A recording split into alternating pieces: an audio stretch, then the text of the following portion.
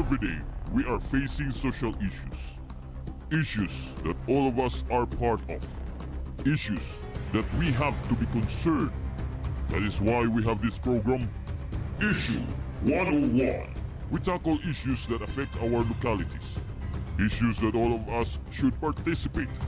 Issues that also affect our environment and communities.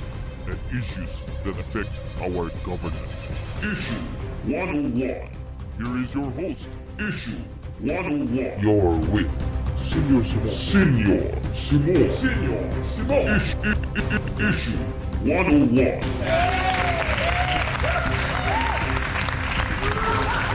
Good day, everyone. Welcome to another episode of Issue 101. Today is Wednesday, May 24, 2023.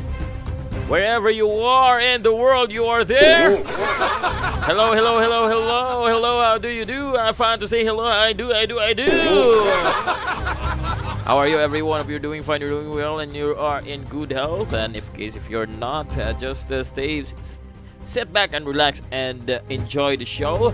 Enjoy the information that we are going to share to you right here on our show on NABS Radio, and of course right here on our YouTube channel. That's Senior Simon YouTube channel and Facebook fan page, and also at our Twitter. Once again, this is your host, Senior Simon, your firm and courageous confidant of truth, an agent of light and clarity to darken and unclear controversies in our society and its people. For this episode, co-issues, we are going to tackle these two topics. The first one that we are going to tackle is this Coby Lim's shameful speech against the Philippines.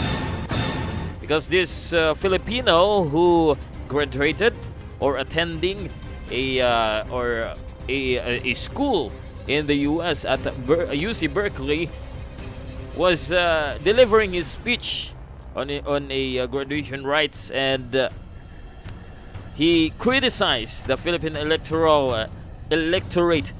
He lambasted. He criticized and taking the Filipino as fools, those who voted in favor of the current administration.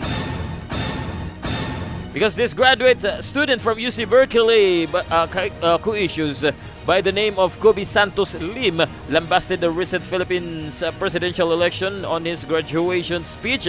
He pointed out that the winner, that's President Bongbong Marcos, specifically, was voted into office because of rebranding. He accused that the Marcoses used technology to manipulate voters to favor him among all the candidates due to misinformation and disinformation. The question we have here, co-issues, does his allegations hold water? We'll find out as we talk about him and his speech on today's episode. While our second topic has to do with transgender women's invasion of women. That's right, co-issues. Transgender women have invaded all aspects of womanhood except for pregnancy. But if science will allow, if technology will permit, probably in the future there will be men who will get pregnant. That's from sports, even up to the bathrooms and lockers. Legitimate or biological women are complaining on this unacceptable tolerance the U.S. government have given to these transgender women. But before anything else, co-issues, let me remind everyone to like, share if you can, subscribe, and click on the notification bell, please.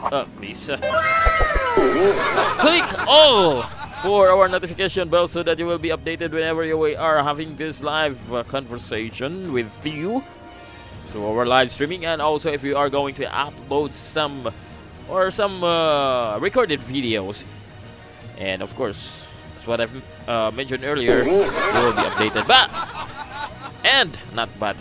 Co-issues, also support our Facebook fan page, that's Senior Simon Issue 101, with your like and your follow, and also our Twitter account that is Senior Simon 101.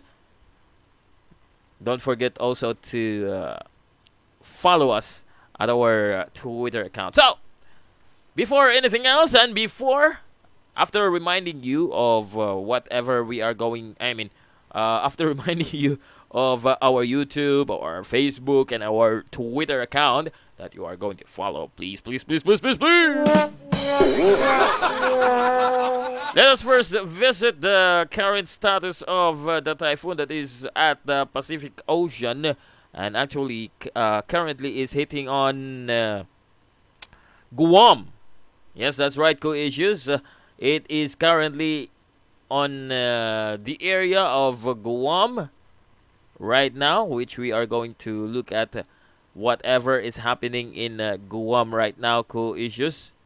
So this is the animated satellite image that we have right here. Okay, let's zoom it a little bit. As you can see, co-issues, you can it is pretty obvious, and we can see that the typhoon, or the eye of the Typhoon Marwa, is at this place. This is actually Guam and Marianas Trench Island. So it is now making havoc at this area. By the way, for our Filipino friends out there, this is the Philippines.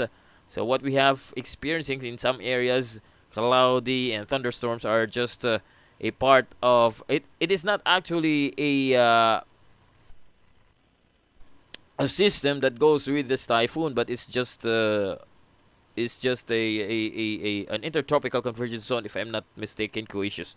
But anyway, in this other satellite, we have here the typhoon in the area of Guam, where the eye is now making havoc in that area. And as you can see here, for the Philippine area along in Mindanao and western part, we have here the southwest monsoon. I think this is southwest monsoon that is the dominant airflow in the Philippine area. So this is the typhoon right now. And if we go to another this one here, so we can see that the typhoon is now in Guam and the northern Mariana Islands. Okay, now in the coming days, it is expected to enter, or probably in the area of or in the Philippine area of responsibility by May 28th, so +8, that's 8 in the morning on May 28th. That would be Sunday. So early, or not early morning, but 8 o'clock in the morning, the typhoon, or the eye of the of this typhoon, which has the international name Marwa, will be at the Philippine area of responsibility, and hopefully it will not change its direction. It will not go westward instead of this north westward direction as of now. This is what it is tracking as of now. So if it will continue, or probably it will increase its degrees of direction towards the northern, or a more northern direction, then tendency it will just it will not make its landfall probably in Taiwan, but instead it will go to the eastern seaboard of Japan. So that is what we are hoping for, because right now, as we can see here, it is having, or making havoc in the islands of Guam and the northern Mariana Islands. So if we will go to the info for this co-issues, so it says here,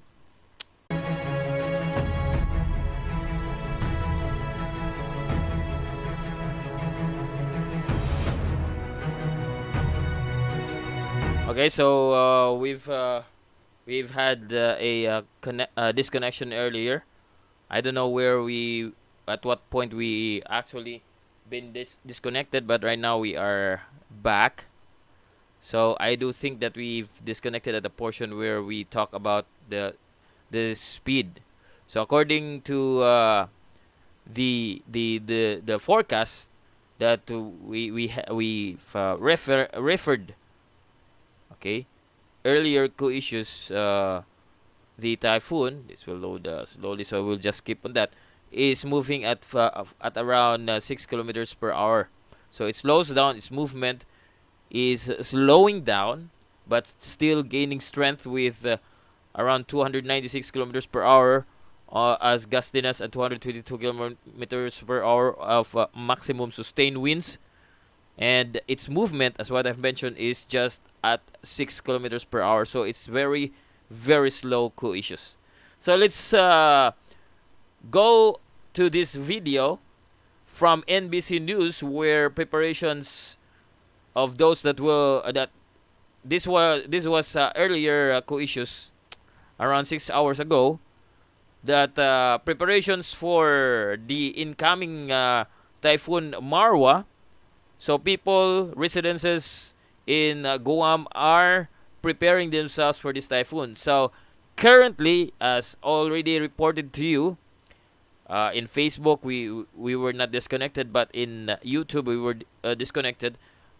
I mentioned that currently it is wreaking havoc in Guam. While we are having this conversation, co-issues. So let's watch this, co-issues. This video from the preparations for the incoming, but this was posted 6 hours ago.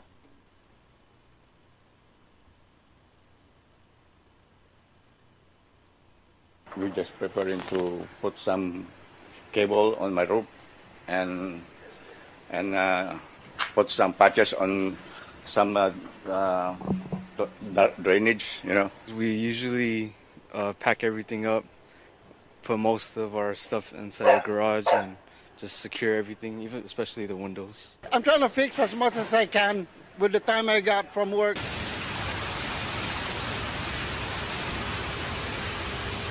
So the typhoon is already probably this is not yet the eye of the typhoon. So by this time, this is still the the storm surrounding the eye of the typhoon. But we had this kind of strength of a typhoon last 2021 December, which here in Cebu, Philippines, we didn't have our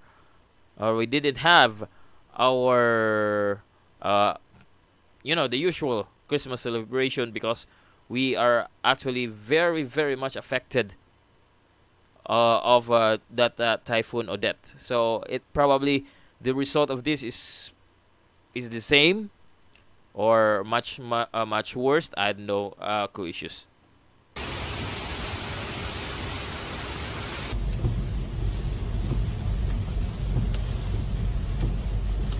So for our late tuner, this is a video from NBC News. This was 6 hours ago in Guam.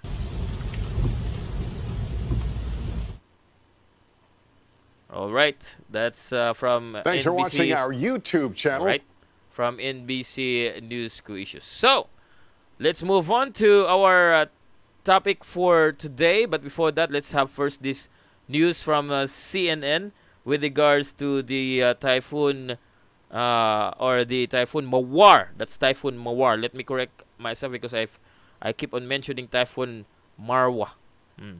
So this is the news co-issues from CNN. Coastal Guam residents evacuate as approaching typhoon Mawar threatens deadly storm surge and damaging winds. So according to this news, typhoon Mawar outer bands were whipping Guam Wednesday. Just today, co-issues, ahead of an unexpected late afternoon or evening landfall that could devastate the U.S. territory with deadly winds, treacherous storm surge, and heavy rainfall. So according to this news, though the people. Okay, Mawar could be the strongest storm to directly impact Guam. 140 miles per hour. That's so strong. Okay, so the storm could bring between 15 to 20 inches of rain, with even higher local amounts possible. The weather service said the downpour will likely trigger landslides, overflow rivers and streams, and bring flooding to areas that don't normally see such event. Okay, so the officials in Guam have warned the storm will bring devastating impacts to the island's residents, infrastructure, and landscape. Extensive roof and structure damage is possible due to pummeling winds, especially for buildings that are not reinforced with concrete. So that is their preparation happening there. But as of this time, coissues, as mentioned earlier, and with the satellite data that we have, we've already confirmed that it is now wreaking havoc in the area of Guam. Issue 101. So let's have our first topic for this episode of Issue 101. Once again, don't forget to like, subscribe, and share this video to everybody so that they will also be notified, informed with regards to hot debated issues in our society and the people issues. Of course, this is yours truly, Senior Simon. Now, I stumbled on this website, National Center for Transgender Equality, on its frequently asked questions about transgender people. It talks about what does it mean to be transgender, because I was questioning earlier. I was looking for what do we call on a man pretending to be woman, or choosing or feeling to be a woman. So this is what I found from this website named as National Center for Transgender Equality. And it mentioned here that a transgender woman lives as a woman today, but was thought to be male when she was born. On the other hand, a transgender man lives as a man today. I don't know about tomorrow. But was thought to be female when he was born. Alright. Now, according to this, listen to this. Some transgender people identify as neither male nor female. Probably they are aliens. As a combination of... Oh, there is such a thing as a combination of male and female. There are a variety of terms that people who aren't entirely male or entirely female use to describe their gender identity, like non-binary or gender queer. Why I shared that to you, issues, because to clarify things, what is a transgender woman and what is a transgender man? Now we know that what is a transgender woman and what is a transgender man. Let's go over to this again, another website, but this time this is vox.com, where it mentioned, listen to this, regarding a myth that letting trans people use the bathroom or locker room matching their gender identity is dangerous. They identify that as a myth. What does this myth tells us? That it is a myth that whenever a self-identifying man who identified himself as a woman, that would be a transgender woman, who will use bathroom for women, or locker room on the other hand, for women, this does not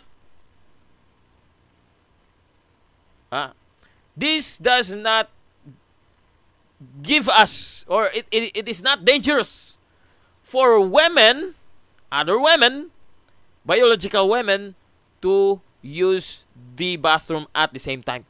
Meaning, the transgender women will use the bathroom while there are also women in the bathroom. It is not, as this myth number 3 mentioned in Vox.com, is not dangerous. But here is the news. Okay, let us just read a couple of statements here. Transgender people generally prefer using the bathroom or locker room that matches their gender identity, not the one that corresponds with the gender they were assigned at birth. Assigned at birth? I don't know that why assignment it happened. But conservative critics argue that this could expose other sexual voyeurism and assault in bathrooms or locker rooms. By the way, this article was updated November 14, 2018. But here is the news issues. In this news from CNN, not that one. Where is that? All right, here. But I need to pay for this one. Okay, let's go over to this one. While it is loading, right. Transgender woman arrested, accused of sexually assaulting teen in Walmart bathroom. Okay. So the circumstances is this. Okay, this is a woman, 31-year-old Shan Ohida. By the way, this happened in February 14, 2019. Was arrested last week for allegedly assaulting a teen inside a Walmart bathroom. She told us off camera that claims that she sexually assaulted a 16-year-old are not true. The father of teen spoke to us and preferred not to be shown on camera, then proceeded to ask him if he could give him. Okay, you just read it. My son is kind of shocking. Like, do what? A police affidavit shows that that late last month, Shan Ohida, also known as Alicia Gray, was sitting on a bench near the grocery section in Walmart, which saw the 16-year-old followed him into the bathroom. Okay, so probably some of you will say, what's the bathroom? It is for boys because this is a male. The 16-year-old, it's a male, right? Son. So it's a male. So that's it now. Going over to this other news. This one is really in female bathroom. Transgender woman is charged. I cannot read the entirety of this article because the New York Times wants me to pay for it. So let's just read by the headlines. Headline issues. Transgender woman is charged with voyeurism at Target in Idaho.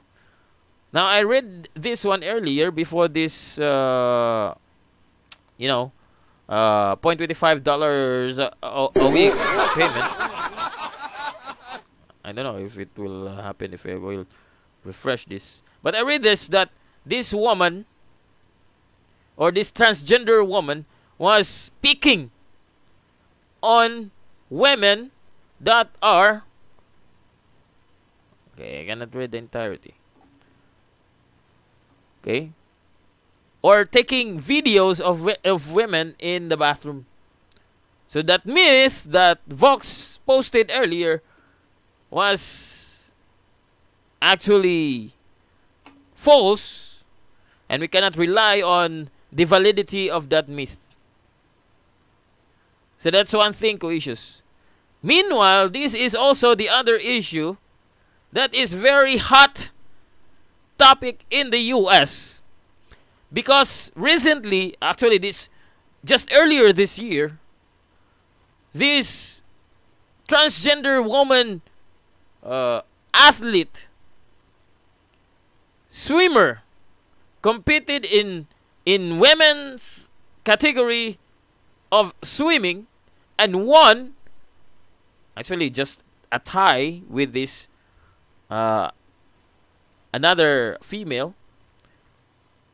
by the name of Riley Gaines, which, let us listen to her ordeal, how she felt, what we call this, she felt abused. She felt, I forgot the term. But let us listen to her traumatizing experience in the locker room with the biological male by the name of Thompson. It was Thompson something coicious. But let's just listen to this. The NCAA forced female swimmers to share a locker room with Thomas, a 6'4", 22-year-old male who was fully intact with male genitalia. Let me be clear. We were not forewarned. We were not asked for our consent, and we did not give our consent. Hi. My name is Riley Gaines. I'm a recent graduate from the University of Kentucky, where I was on the women's swim team. I proudly finished my career as a 12-time NCAA All-American, a 5-time SEC champion. I am one of the fastest 200 butterflyers of all time. But on March 17th of last year, my teammates and I and other female swimmers from universities around the country were forced to compete against a biological male named Leah Thomas. Thomas was allowed to compete in the women's division after competing as a member of the University of Pennsylvania's men's swim team for 3 years. We watched on the side of the pool as Thomas won a national title in the 500-yard freestyle, beating out the most impressive and accomplished female athletes in the country, including Olympians and American record holders. Whereas just the year before, Thomas at best was ranking in the 400s in the men's category. The next day, Thomas and I raced in the 200 freestyle, which ended up in a tie. We went the exact same time down to the 100th of a second. Having only one trophy, the NCAA told me that I would go home empty-handed and this trophy would go to Thomas. And when I questioned this, the NCAA told me that Thomas had to hold it for photo purposes. I was shocked. I felt betrayed and belittled, reduced to a photo op. But my feelings didn't matter. What mattered to the NCAA were the feelings of a biological male. In 1972, Congress enacted Title IX to end unjust sex discrimination in all aspects of education, including college athletics. But by allowing Thomas to displace female athletes in the pool and on the podium, the NCAA intentionally and explicitly discriminated on the basis of sex. Although the NCAA claimed it acted in the name of inclusion, its policies in fact excluded female athletes. But that is not all. In addition to being forced to give up our awards, our titles, and our opportunities, the NCAA forced female swimmers to share a locker room with Thomas, a 6'4", 22-year-old male who was fully intact with male genitalia. Let me be clear. We were not forewarned. We were not asked for our consent, and we did not give our consent. If nothing else, I hope you can truly see how this is a violation of our privacy and how some of us have felt uncomfortable, awkward, embarrassed, and even traumatized by this experience. I know I don't speak for everyone. It's impossible to speak for everyone. But I can attest to the tears that were shed on that pool deck by these poor 9th and 17th place finishers who missed out on being named an All-American by 1 place. And I can attest to the extreme discomfort in the locker room when you turn around and there is a male watching you undress while exposing himself. I can attest to the anger and frustration from Really? You're changing your clothes in the woman locker room with a biological male while this guy by the name of Leah Thompson, he is showing his genitalia to you? Really? That is very, very alarming, co-issues. That's very alarming. Knowing that the differences of mindset between male and female, or males and females. Exposure of your genitalia as a man to woman like Riley Gaines in this video, co-issues, is very alarming. It's very immoral, so to speak. these girls who had worked so hard and sacrificed so much to get to this point. Not to mention invasion of the competition solely intently for women. Unfortunately, our experiences are not unique. I will say what the heck. the number of female athletes who have been denied opportunities, again, traumatized or hurt by policies that claim to be promoting inclusion, is growing at an alarming rate around this country. It's simply unacceptable, and the integrity of women's sports is lost. Thank you, ma'am. Thanks so much. Now, fortunately, in line of that issue with the swimming team of NCAA, the International Swimming Federation is imposing international. Take note of this, not the national, not the U.S., but the International Swimming Federation bans trans women from competitions. In this video, reported and published by ABC News on June 20, 2022, this is the report, this is the published report with regards to banning trans women from competition on International Swimming Federation. Policy that effectively bans transgender women from competing in women's swimming events. Juju Chang is here with more. And Juju, this goes into effect starting, what, this morning? Absolutely, Robin. Good morning to you. And this is by far the toughest restriction against transgender athletes. Swimming's international government... I don't think that this ABC News is a woke news outlet. Right? Am I right, Co-Issues? I think this ABC News is a woke news outlet. Because as far as I am viewing most of their news report, they are more in favor of transgender and what have you. Okay, let's continue with this news. Board saying they consulted with scientists and policymakers and voted to essentially ban trans swimmers from elite competitions, including the Olympics, unless they medically transition before age 12. Some see it as a triumph of fairness or equity, while others see it as a blow to inclusion. A bombshell ruling in the world of international sports. As of this morning, the swimming world's governing body, FINA, effectively banning transgender athletes from competing in women's events. The organization voting that it will only allow women who have transitioned by age 12 to compete in international races like the Olympics. Leah Thomas pulling away, leaving out athletes like one of the sport's rising stars, 23-year-old Leah Thomas. The swimmer became the first known transgender athlete to win a Division I national title. Thomas, who began her transition as a sophomore at UPenn, speaking out recently for the first time on GMA. There are some who look at the data and suggest that you're enjoying a competitive advantage. What do you say to that? There's a lot of factors that go. By the way, this is the man who tied with Riley Gaines earlier, the woman that exposes this dude exposing himself, showing his genitalia to probably Riley Gaines was not alone at that time when they were at the locker room changing their clothes. So this guy, I forgot the real name of this guy, Co-Issues, is the one who actually created this controversy in the women's swimming event. And go into a race.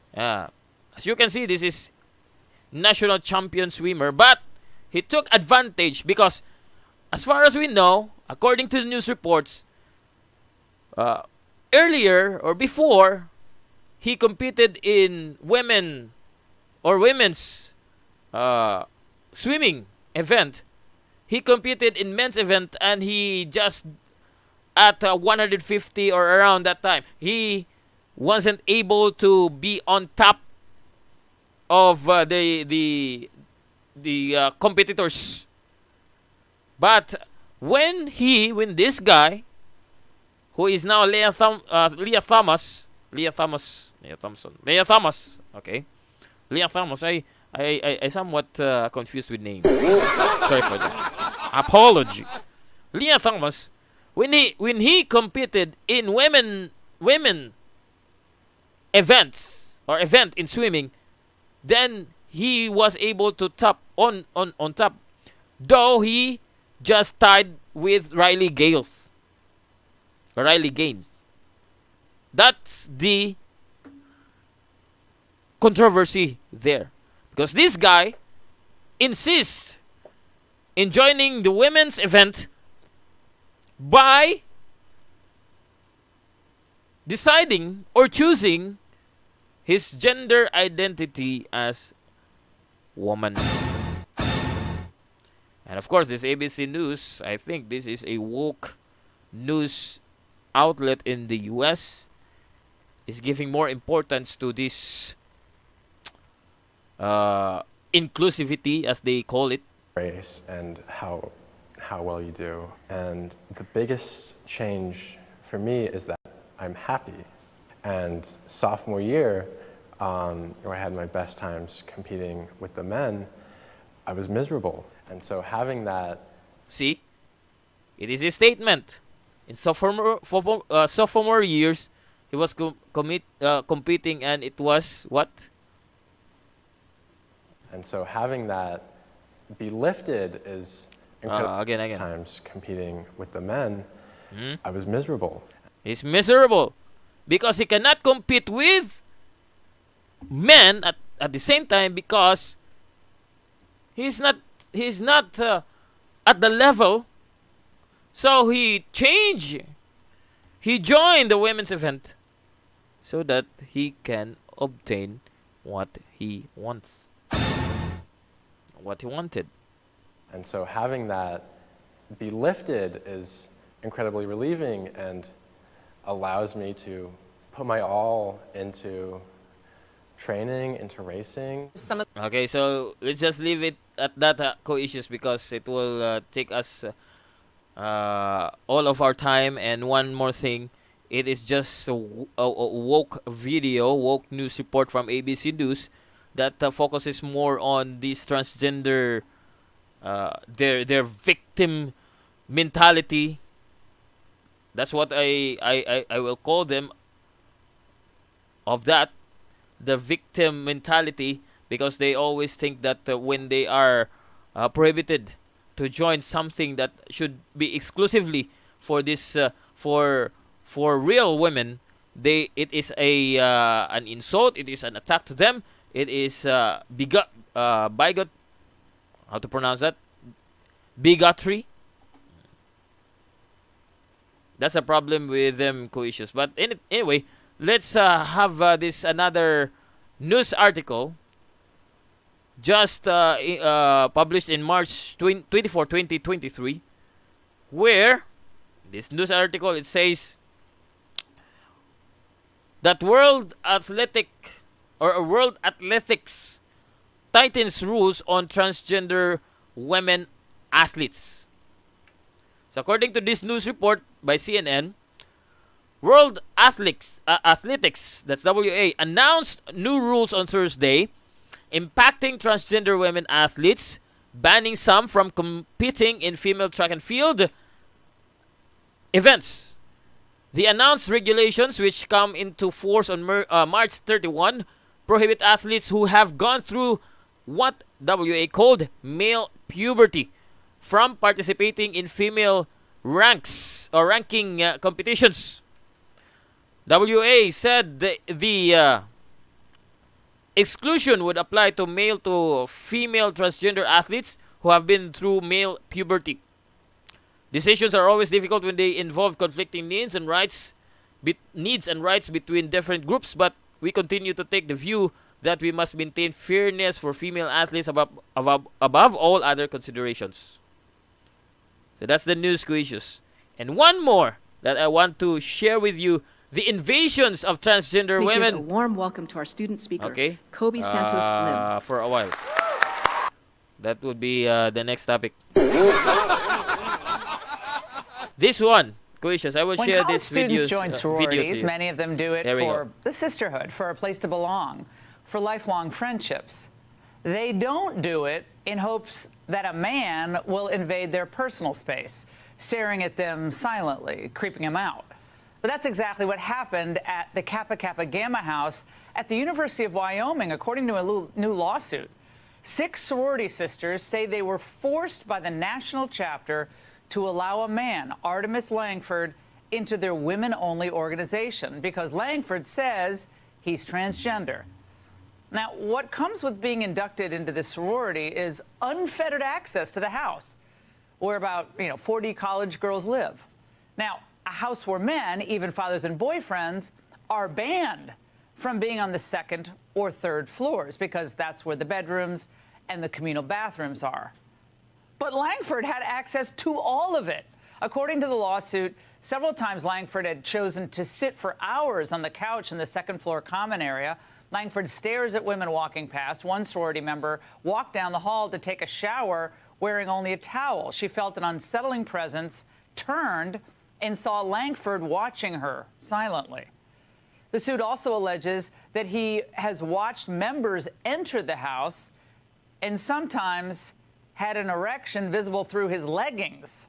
Other times he had a pillow in his lap. Joining me now exclusively for an interview are three of the sorority sisters suing, Hannah and Jalen, who are both juniors, and Allie, who just graduated, along with their attorney, Cassie Craven from Longhorn Law. Hannah, let's start with you. How did all of this initially hit you when you were told that a man was to be a member of your sorority? Yeah, we were all shocked. I can speak for myself saying, never thought this would happen to me, especially in a sorority, in a space for women. We were never told it was a unisex space. We joined under the impression that it was a single-sex organization. Well, Jalen, I read the accounts of what made the sisters of the sorority uncomfortable about Artemis. What did he say to you or to any of you that you know that made you uncomfortable? There were a lot of uncomfortable moments in the sorority house, and it just goes to show the importance of women's spaces ultimately. And that's why we're here today, is we're fighting for the importance of women's spaces and what it truly means to be a woman. We were promised from the beginning that we would have a sisterhood, meaning only females, and our national sorority has failed us. They have blatantly ignored us and ignored our values and valued someone else over us in this uncomfortable situation. Yeah, well, Cassie, we reached out to the KKG national chapter, and they told us that while we cannot comment in detail on this pending litigation, it contains numerous false allegations. KKG values diversity and does not discriminate based on classes protected by state, local, or federal law. Well, Cassie, I guess they're relying on federal law here. I don't think Wyoming has state protections in this regard, but nevertheless, it looks like they're going to lean on the feds to win this case for them. Laura, I just don't see a way out for them. They want everyone to believe that being a woman is nothing more than wearing lipstick and the pronouns that you use. And we all know that it amounts to womanhood. It amounts to a lifetime of experiences, and that's what they seek to deprive these young women of, and that's what we intend to fight for. Now, Cassie, I guess Artemis doesn't live in the house, and according to the lawsuit, was given a waiver, so he didn't have to live there. Now, why is this? Laura, we've seen extreme preferential treatment given to the individual involved, and it's very disheartening that when you're a 6'2", 260-pound man, you're treated as the victim in today's society. But the bylaws are very clear. This is an all-women's organization. Kappa was formed over 100 years ago to be that support system for women so that they could compete in the classroom against men. And now we just cease to exist. We're nothing more than an idea of self-identification. Well, Allie, here's Artemis being interviewed by the school newspaper back in October. This was last year, talking about being admitted to your sorority, saying, I feel so glad to be in a place that I think not only shares my values, but to be in a sisterhood of awesome women that want to make history. They want to break the glass ceiling, trailblazing, you know, and I certainly feel that as their first trans member. Allie, did you all sign up for trailblazing to have a man live in your sorority? No, we certainly did not. When I joined back in the fall of 2019, I was promised a sisterhood, which obviously you would assume would be women. And so for that to automatically change my senior year, it caught us all off guard for sure. Hey, Sean Hannity here. Hey, click here to subscribe to Fox News YouTube. All right. So that was the video issue. So you see how really corrupt this idea of man becoming a woman. So I will not linger on this issues because we still have a couple of other topic that we have to discuss. Not a couple, but we have last for our second topic issues. Issue 101. So let's just move forward into this video that shows. I will just go over to the actual video. I was supposed to play this video because many of our technologies today. This part of his speech issues on graduation rights in UC Berkeley. A Filipino by the name of Coby Santos Lim, that he put the country in shame. He painted the Filipino. He embarrassed the Filipino. He talks negativity against the Filipino people by this speech. This is supposed to be the highlight of my episode today. Issues that is why I put this in the last. But if I will extend, I will overtime on our show. Supposedly we will just up to an hour, but because I want to highlight this statement of his during this graduation ceremony of UC Berkeley, I want to emphasize the embarrassment he put on the country and the Filipino people. Let's just watch this short clip of it. They are prejudiced. For me, I think of the recent election in the Philippines, my home country. Okay, I will just stop there because I want to show you the entire video of that speech of him. Speech of his co-issues. I'll just go over to so that we will have an insight, an idea of this guy by the name of Coby Santos Lim. Okay, this Coby Santos Lim, according to this card, is a Filipino, born and raised in the Philippines. And according to this, he has worked at software companies to solve pressing problems in civil systems such as energy, transportation, and shipping. This one is actually an introduction to before he delivered this speech, and aims to make these technologies more accessible and equitable, especially for the traditional and deserved. So let's watch the entire speech co-issue so that we will have what we called a perspective of the thought of the speech he delivered. And somewhat there are portions that is somewhat we call as dramatic. Though I don't seems to like most of the way he delivered his speech, because it's somewhat he's like doing a dramatic the common delivery of speeches of people who wants to convince audience to support or to align with them. That kind of speech, which actually I do not or I do shun that kind of delivery of speech. But anyway, let's just watch this. Let's just endure his speech, destroying the Filipino people, destroying the country, painting Filipino as idiots, as dumbs, as stupids, who can easily be swayed by misinformation and disinformation. Let's listen to his speech.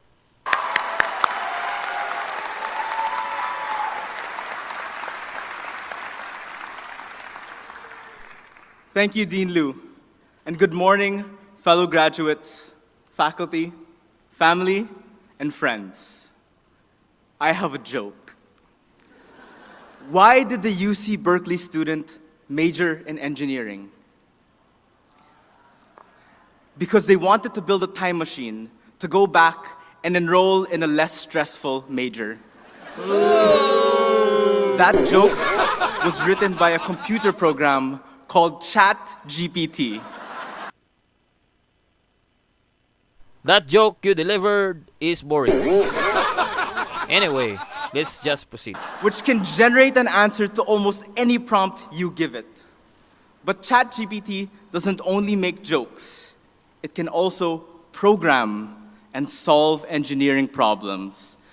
A worrying scenario for us engineers, even if we were the ones who built it. We graduates may wonder, if artificial intelligence or AI like ChatGPT could do all this, why did we have to go to grad school? Why did we spend all this time and effort to graduate from Berkeley when we could have taken the easy route and gone to Stanford?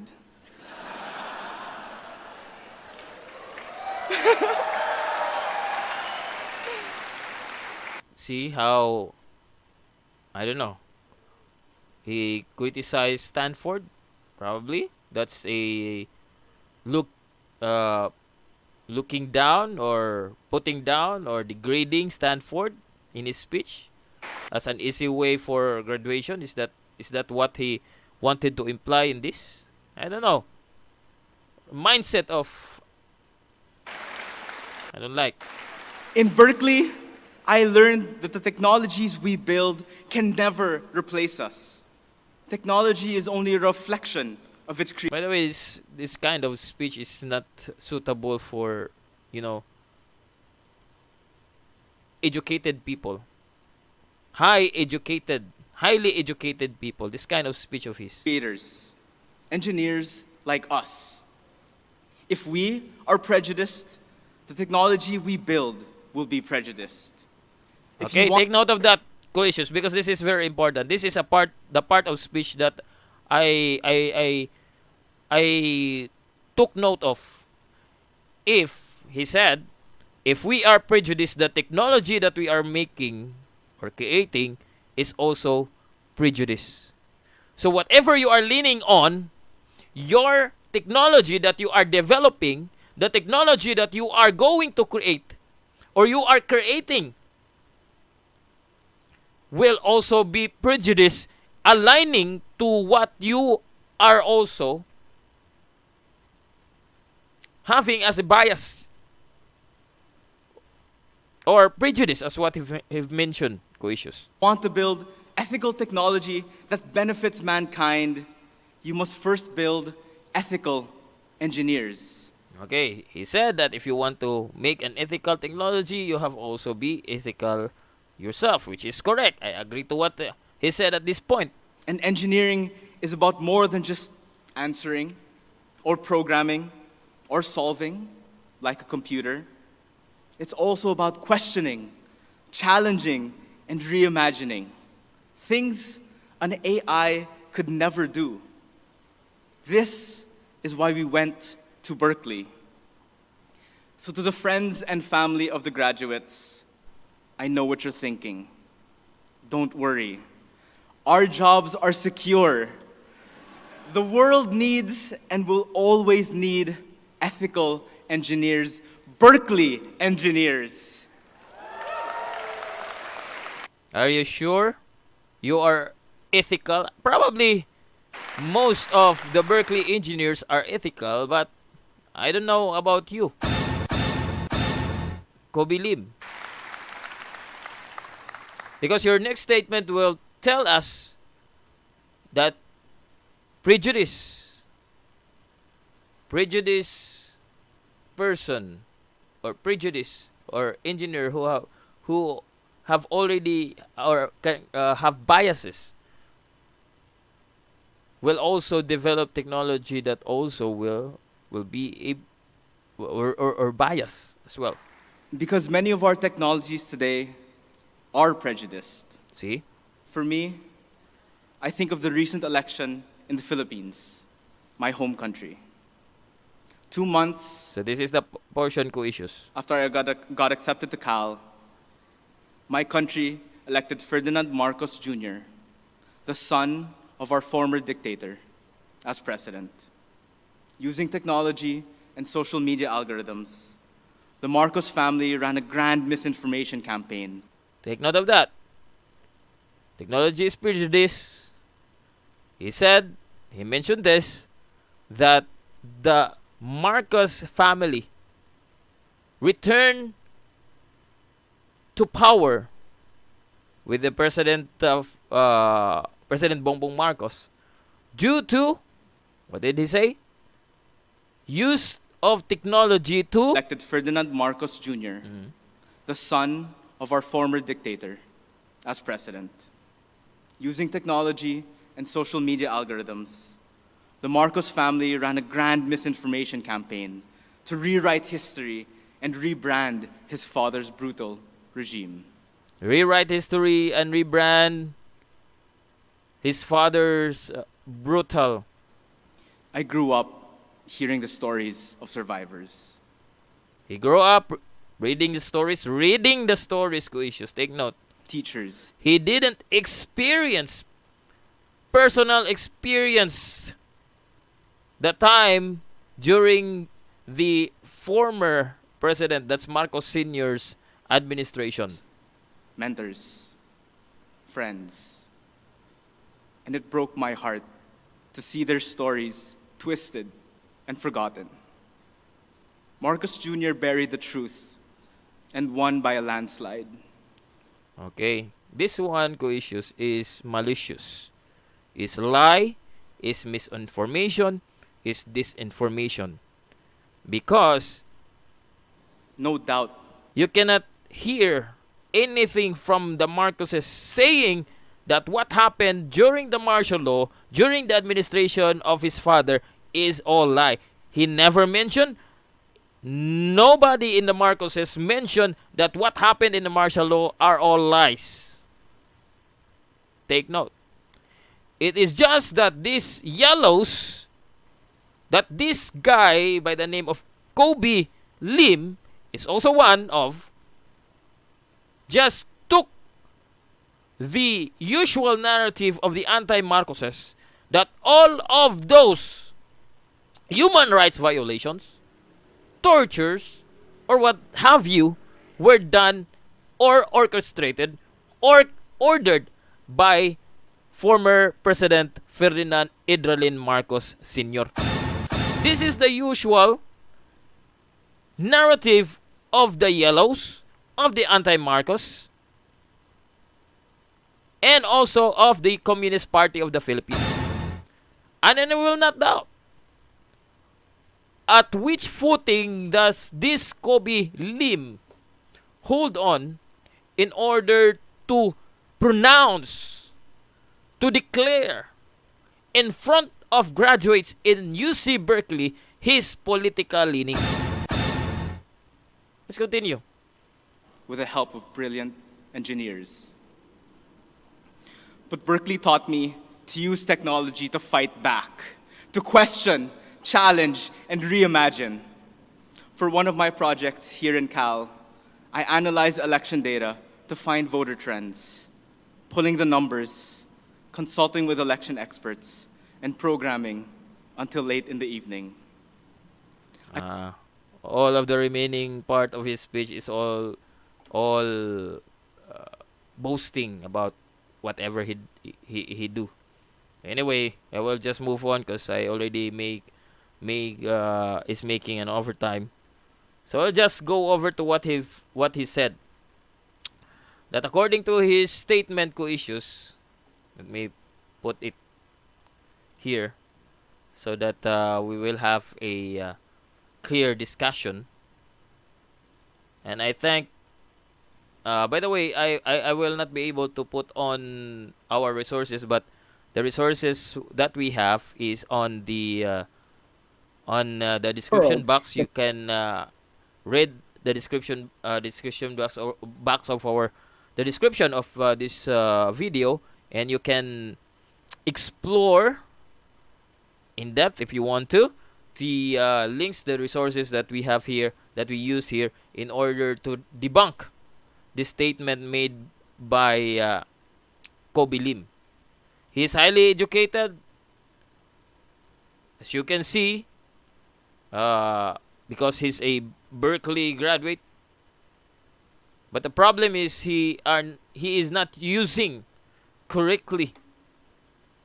I mean, he put politics with technology, which should not be the right attitude of an engineer or a technologist.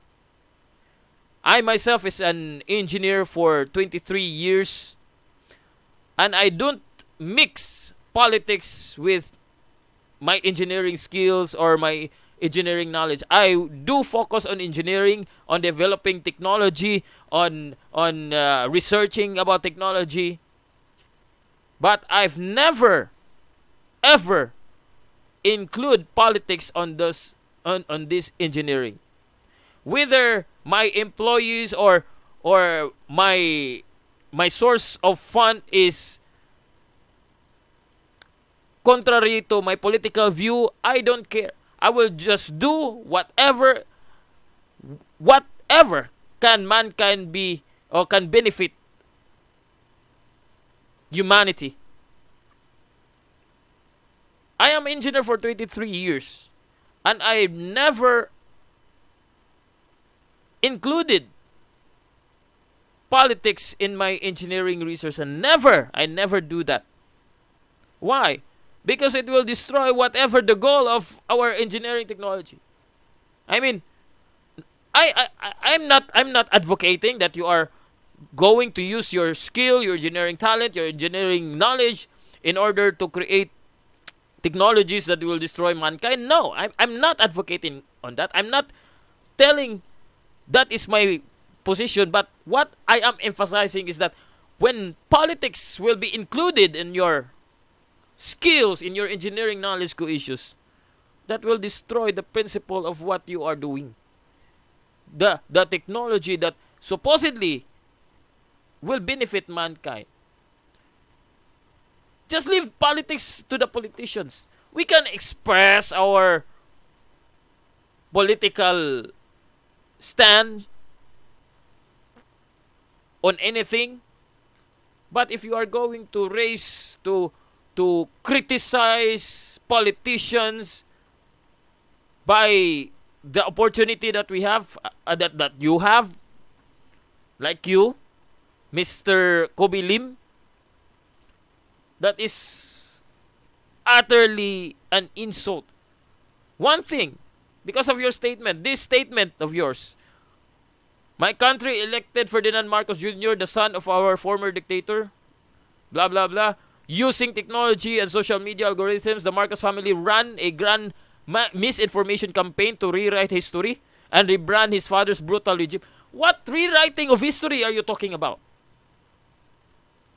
I've never read any books or articles that says that martial law did not happen.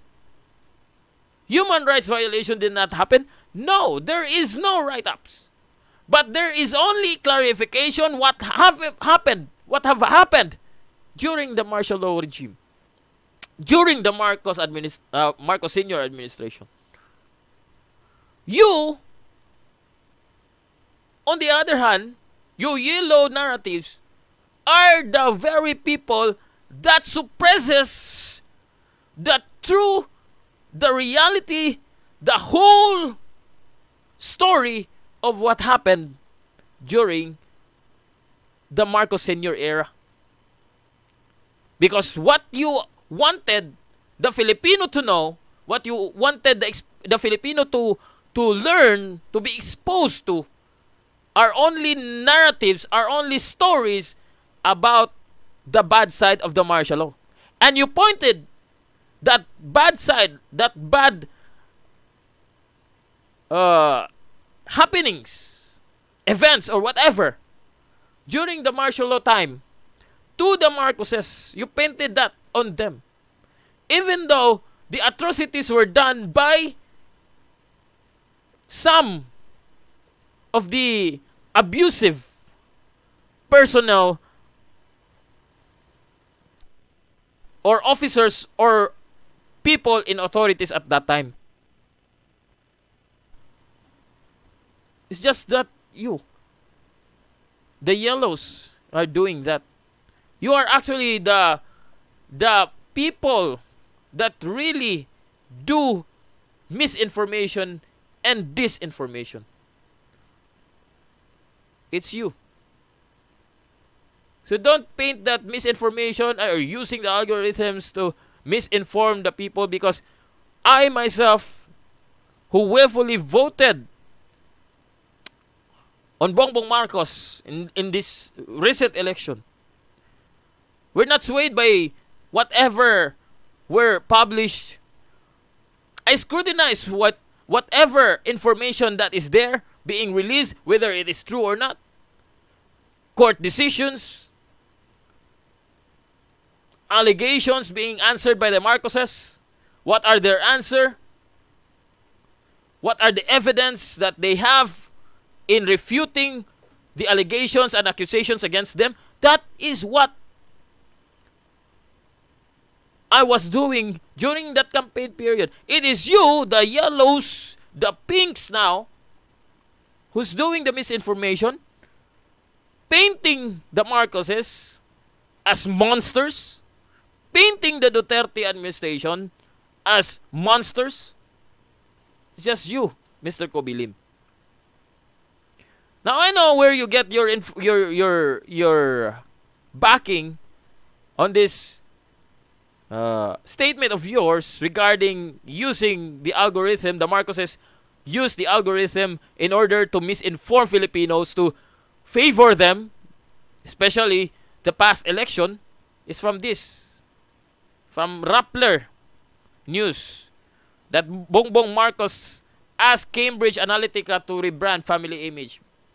Because according to this article, as exposed supposedly by this Cambridge Analytica whistleblower Brittany Kaiser, which she said that, by the way, this article was posted last July 15, 2020, where she said that former Senator Bongbong Marcos at this time had approached the highly scrutinized political data company Cambridge Analytica to rebrand the Marcos family's image. And this was denied by former ES and at the time the spokesperson of the BBM camp.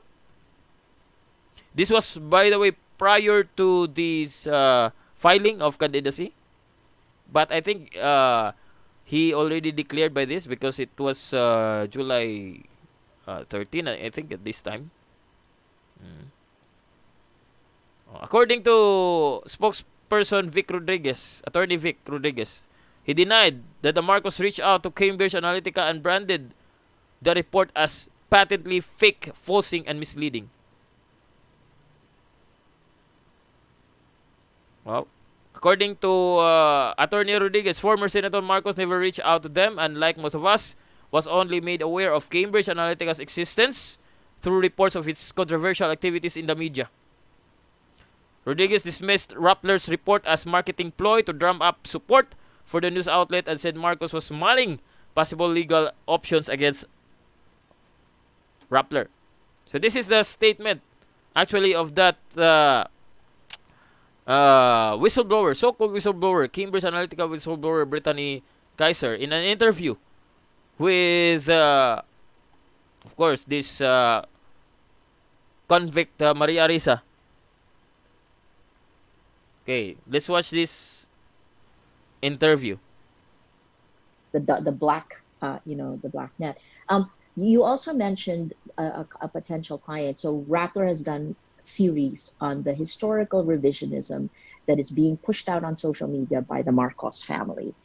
Ferdinand Marcos, a dictator, he declared martial law in 1972 and he was in power for 21 years. His son, Bongbong Marcos, ran for vice president in the 2016 elections. And we have chronicled how they have.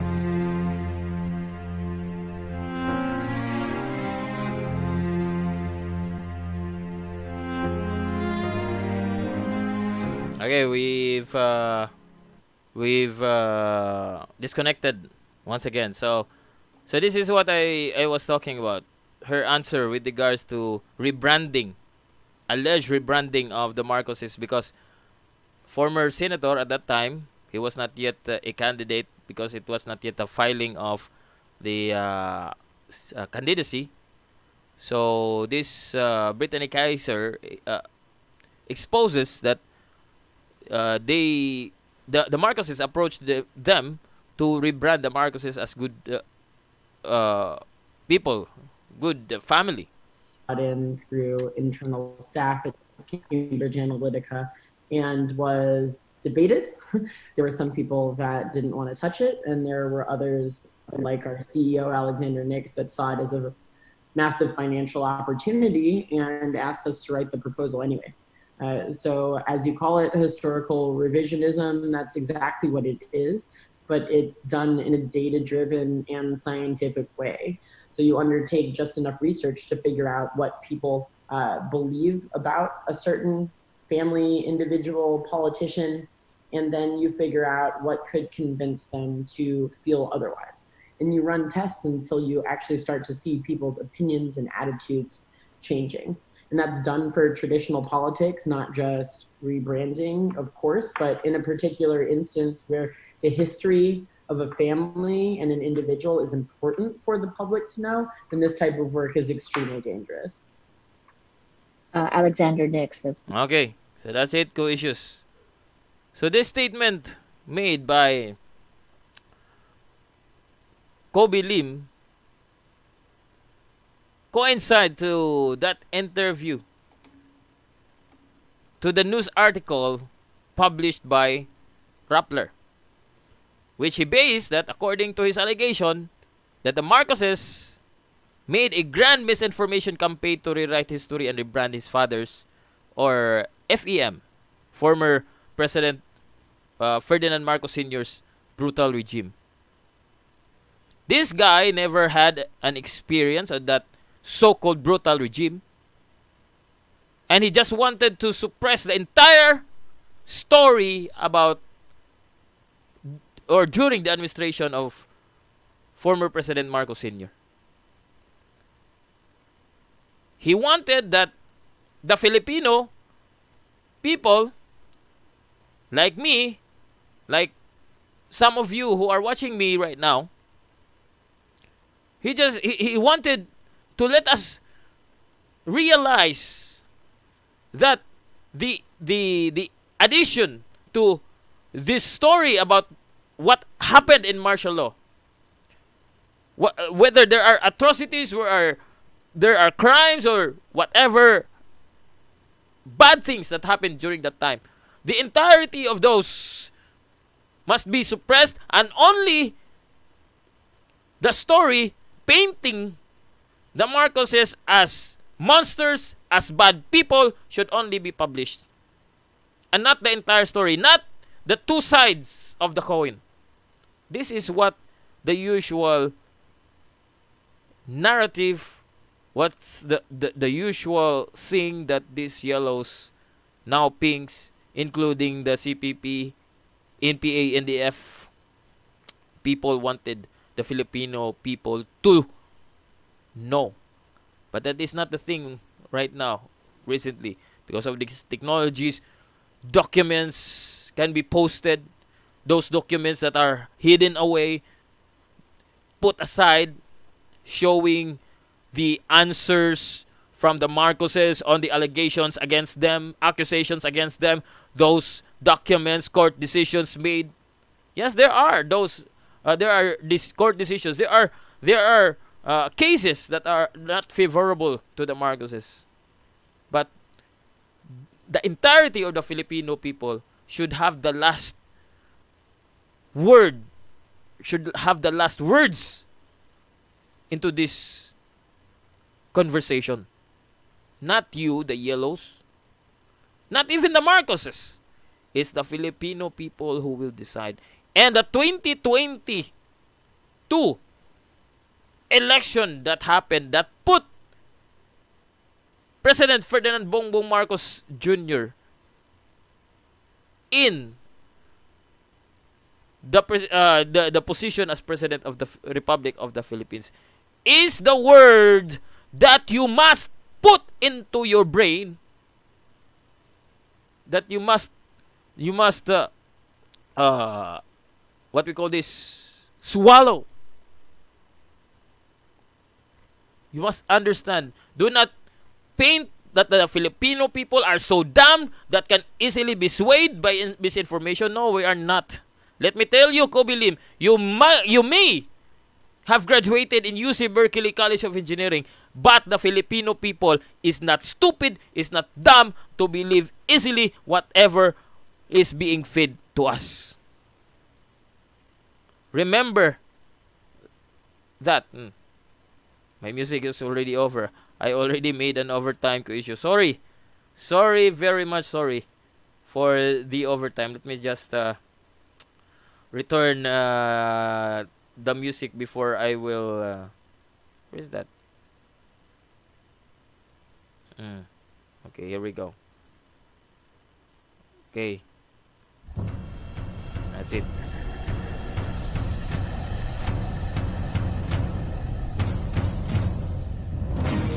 So that's it, co-issues. I probably took much of your time watching this, because we're also cutting out at some point in time, co-issues, our disconnection.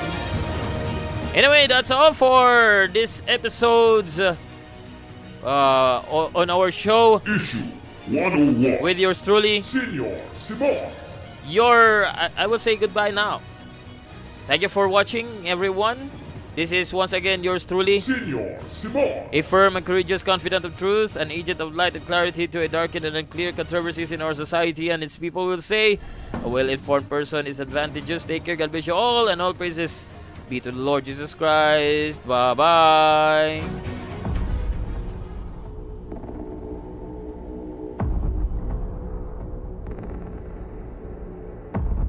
And that's all for Issue 101. Hopefully the concerned parties will act on the issue. Until next time, thank you for being with us.